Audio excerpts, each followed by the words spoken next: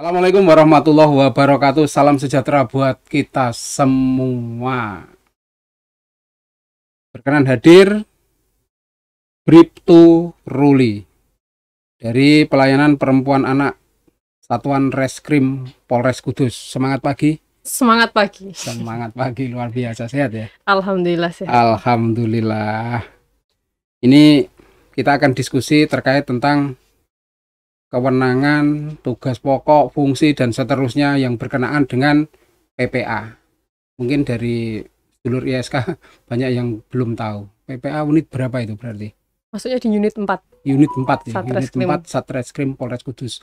Di Polres Kudus, Satreskrim ada 4 unit, unit 1, unit 2, unit 3, dan unit 4. Kebetulan yang berkenan hadir beliau adalah dari unit 4. Pelayanan Perempuan dan Anak. Kemudian PPA, lingkup kerjanya apa aja ini? Monggo bisa disampaikan. Ya, terima kasih. Kami dari unit 4 PPA Polres Kudus sesuai dengan namanya, pelayanan perempuan dan anak. Jadi yang kita layani adalah perempuan dan anak. Terutama korban-korban. Korban perempuan, korban anak, pelaku anak. Itu yang menjadi pelaku fokus anak kita. Juga itu ya. Masuk ke situ, Gi. Karena perempuan dan anak itu adalah kondisi yang rentan terhadap kekerasan, terhadap diskriminasi. Makanya dari Polri sendiri membentuk unit pelayanan perempuan dan anak itu. Baik. Kemudian terkait ini ada program polisi sahabat anak, ya. Itu ada di PPA, Gi. Kalau polisi sahabat anak ada di Lantas. Ada di Dikyasa. Dikyasa ya. Nah, terus bagaimana kemudian PPA ini memberikan sosialisasi atau bermitra terkait dengan perlindungan tersebut kemudian? Kalau untuk bermitra kita bekerja sama dengan di Dinsos, ada yang namanya P2TP2A, itu mencakup dari seluruh OPD yang berada di Kabupaten Kudus, ada SK-nya tersendiri. Itu kalau dalam kita mitra di luar Polri. Tapi kalau unit PPA sendiri fokusnya adalah di tingkat penyidikannya, penyidikan tidak pidananya. Seperti itu. Baik itu korban maupun pelaku yang anak ya. Ya, perempuan dan juga anak. Ya. Baik. Kemudian ini kan marak akhir-akhir ini ada berita yang korbannya itu anak ya. Nah, kemudian upaya yang dilakukan ketika kemudian menemukan baik korban maupun dipisah siji-siji wae. Ketika korban itu anak, otomatis anak itu kan traumatis dan ra iso ditakoni itu. Betul. Nah, ini upaya yang terus dilakukan gimana ini? Itu yang menjadi tantangan tersendiri ya di unit PPA. Makanya dari itu di unit PPA memang ada anggota poluan. Di unit PPA Polres itu sendiri ada 2. Saya sama rekan saya 1. Itu yang memang ibaratnya sing angel-angel untuk anak-anak yang kadang mungkin trauma terhadap laki-laki dewasa, ketemu aja nangis. Itu kan kita harus punya tekniknya sendiri. Entah kita kalau sama perempuan mungkin dia merasa kayak ibunya, kayak yang mengasuh dia sehari-hari, jadi mungkin dia lebih gampang untuk cerita nanti. Ya kita ya apalah dirayu di apa sampai merasa nyaman dulu, yang penting baru nanti bisa bercerita kepada kita, seperti itu. Selama ini seperti itu ya. Namun ketika kasus yang berhadapan dengan perempuan dan anak, sejauh ini mereka yang mau jujur nih PPA itu berapa banyak sih? Tak kira kan mereka, karena ini hal-hal yang bersifat traumatik ini kan rata-rata ada berkaitan dengan susila ya. Jadi rada repot untuk menyampaikan. Kalau anak dalam undang-undang sendiri yang perlu kita ketahui dulu ya, itu kan anak mulai dari dalam kandungan sampai 18 tahun yang diatur di dalam undang-undang ya. Dan nanti itu di situ sendiri sudah ada dibagi beberapa usia lagi. Seperti kalau seandainya usianya di bawah 10 tahun, memang itu yang agak sulit. Ya, yang ada yang kayak 6 tahun, 4 tahun, apalagi ada kan korban yang di bawah 5 tahun balita itu tuh yang memang sulit. Kalau seandainya yang di atas 12 tahun itu kan sudah kita bisa komunikasi. Betul. Tapi tidak menutup kemungkinan yang mereka trauma juga ada. Tapi sebagian besar yang kami terima tuh memang sudah entah keluarganya dulu sudah bisa mendapatkan jalan ceritanya. Jadi kita sudah mendapatkan seperti itu. Tapi kalau yang anak-anak ya memang agak susah itu. Agak susah, tapi itulah tantangannya. Iya, betul. So, ketika kemudian ada sebuah tindakan atau perlakuan atau peristiwa yang dialami, mungkin bisa disampaikan, itu wong tuane harus langsung menyampaikan ke Polres. Yang satu hal yang saya ketahui ya, masyarakat itu luar kantor polisi wedi. Betul. Nah, itu gimana itu? Untuk bisa menyampaikan kepada korban lah, ini keluarga korban, atau ini ketika terjadi sesuatu yang seperti itu, piye caranya lapor itu, mungkin bisa dibantu untuk dalam konteks jika seandainya anak menjadi korban ya, anak menjadi korban, tidak jarang tuh orang tua juga belum tahu kalau anak sendiri ini nggak cerita kan. Benar.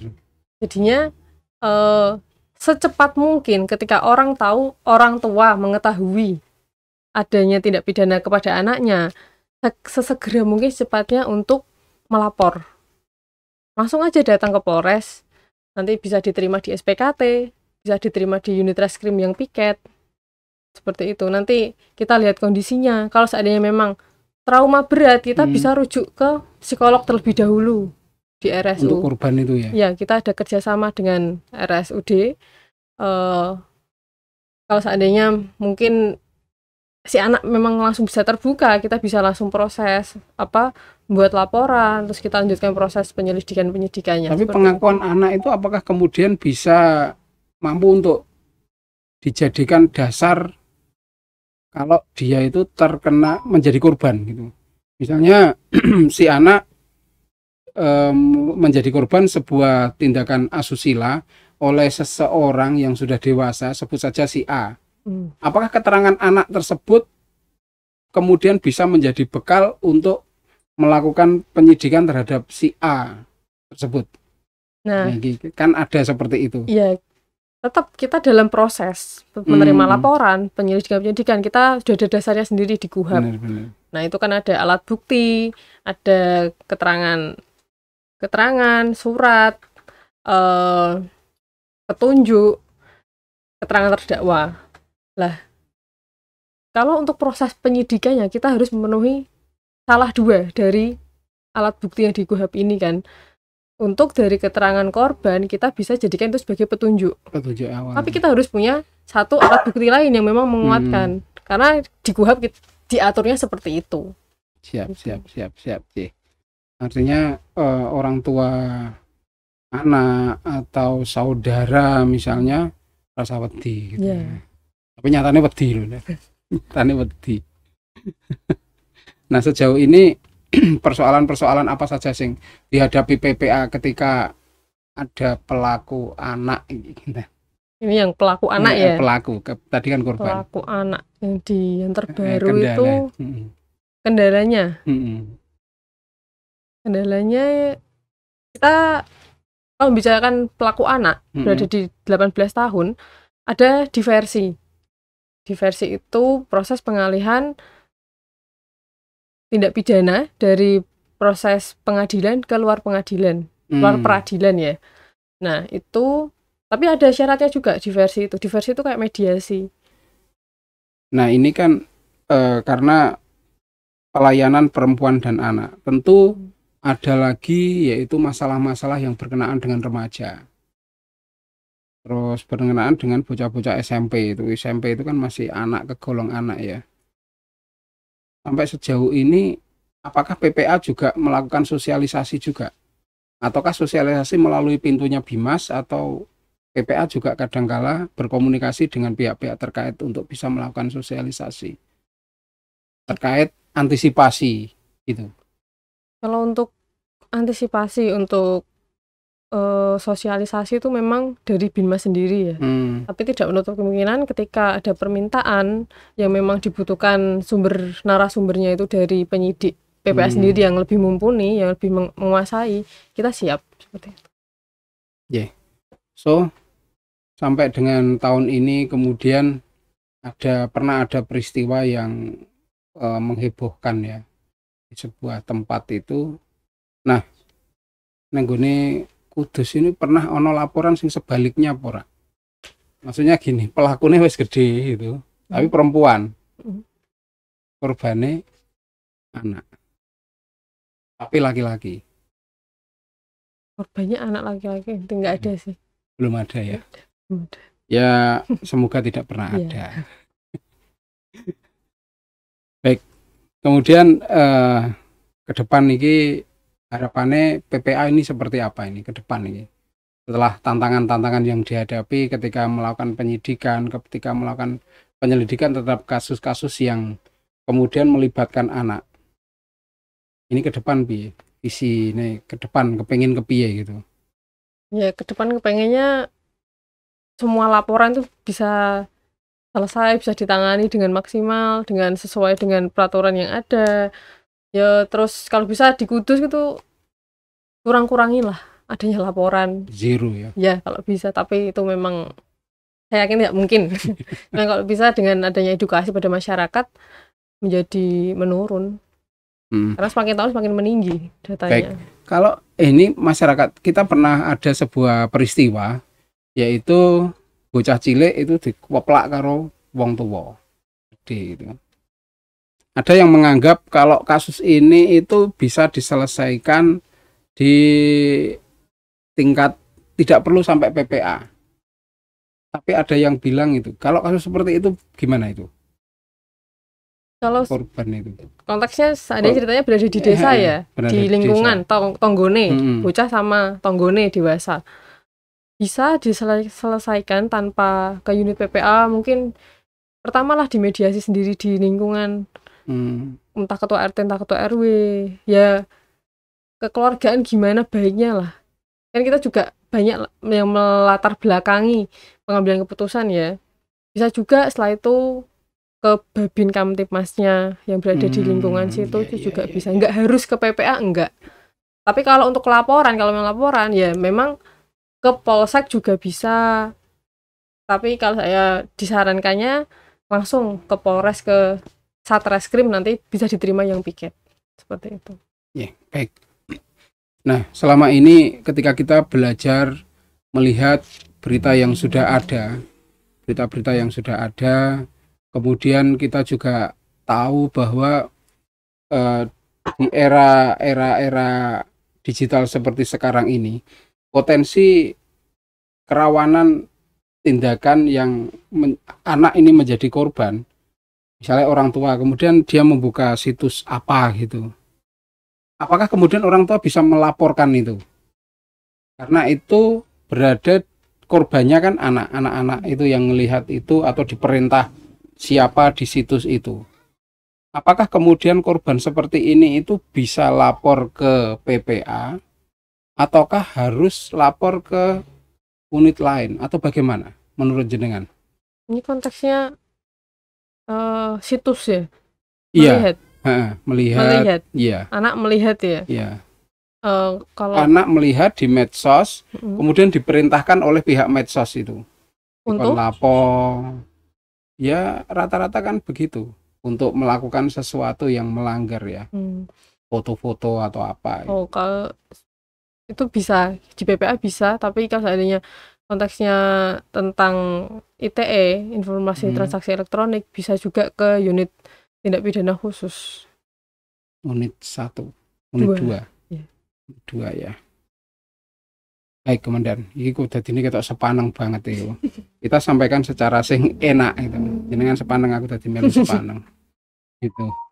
Jadi kita pengen tahu lebih jauh tentang ruang lingkup dari PPA itu guys. Itu seperti apa? Jadi ruang lingkupnya. Jadi masyarakat bisa terpisahkan tahu oh ini berarti arahnya memang muaranya ke PPA. Kalau seperti ini ya cukuplah di sini di Polsek atau mungkin komunikasi. Mungkin ada yang bisa disampaikan juga sekaligus himbauan. Untuk lingkup PPA ya itu tadi yang menangani perempuan dan anak, entah itu kalau perempuan banyaknya itu perkara KDRT dalam lingkup keluarganya ya, entah suami istri itu cekcok, KDRT itu angkanya tinggi. Oh tinggi ya? Iya. Itu kan kalau bisa itu kan suami istri ya monggo dirembuk baiknya gimana, karena yang menjadi korban kan nggak cuman suami istri, itu ada anak yang harus dipikirkan, ada keluarga. Ya kalau bisa monggo lah didiskusikan dulu di keluarga sebelum, kalau bisa pokoknya intinya PPA itu langkah terakhir kalau mau mengambil keputusan, karena banyak yang harus dipertimbangkan. Tetap berpotensi hukum ya. Iya. Jadi gini Lur, unit pelayanan perempuan dan anak Satreskrim Polres Kudus itu memang lebih banyak menangani kasus-kasus yang berkaitan dengan perempuan dan anak. Ketika bicara perempuan ini bisa jadi perempuan yang masih anak-anak atau perempuan yang sudah berkeluarga, sehingga kemudian berpotensi adanya perbedaan pendapat sehingga menimbulkan pelanggaran hukum. Namun seperti yang disampaikan oleh Bribtu Ruli, bahwa selama komunikasi kekeluargaan masih bisa dilakukan saja secara kekeluargaan. Setelah itu kalau memang sudah benar-benar tidak bisa dilakukan komunikasi dengan baik, bisa diadukan ke Polres Kudus melalui SPKT atau Satuan Reskrim yang piket di sana. Tapi itu langkah terakhir. Kemudian berkenaan dengan anak. Berkenaan dengan anak ini, anak itu adalah usia 0 sampai 18 tahun. Nah, di sana ketika ada sebuah peristiwa pelanggaran hukum, entah sebagai korban ataupun sebagai pelaku, anak lingkupnya memang ada di pelayanan perempuan dan anak. Nah, Bu Dan, mungkin bisa rodok disimpulkan, kemudian langsung dihimbaukan dari apa yang tak simpulkan mau.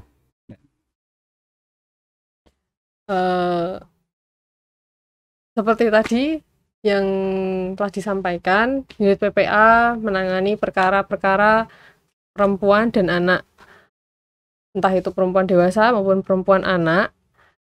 Kemudian banyaknya angka KDRT di Kabupaten Kudus, kami himbau untuk antar suami istri menjalin komunikasi yang baik. Jika memang terjadi selisih pendapat atau perbedaan pendapat atau mungkin ada masalah di rumah, dikomunikasikan, didiskusikan yang baik antar keluarga. Jika membutuhkan, monggo bisa dirembuk keluarga dulu, keluarga besar, sama tokoh masyarakat yang ada di lingkungan.